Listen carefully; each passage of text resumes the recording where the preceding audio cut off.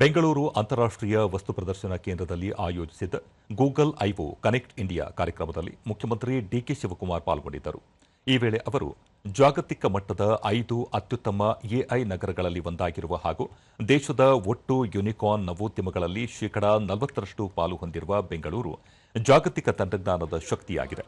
ಕರ್ನಾಟಕವನ್ನು ದೇಶದ ಅಧಿಕೃತ ಎಐ ರಾಜಧಾನಿಯನ್ನಾಗಿ ರೂಪಿಸಲು ಸರ್ಕಾರ ಸ್ಪಷ್ಟ ದಿಕ್ಸೂಚಿಯೊಂದಿಗೆ ಕಾರ್ಯನಿರ್ವಹಿಸುತ್ತಿದೆ ಎಂದು ತಿಳಿಸಿದ್ದಾರೆ.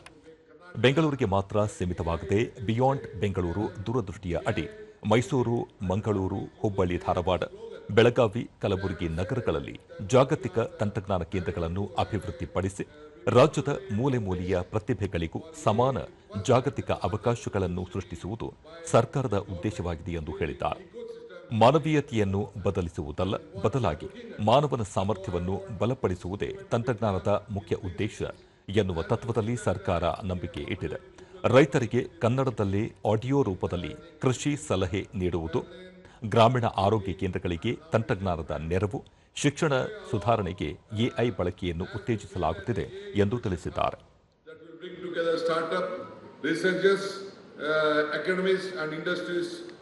To the development of AI solution in Karnataka.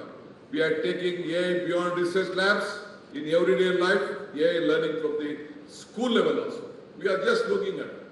As Karnataka's position India's technology capital, we are laying the foundation for AI first and the largest university, as I said, an ecosystem that will nurture the world-class riches and the next generation of the AI talent.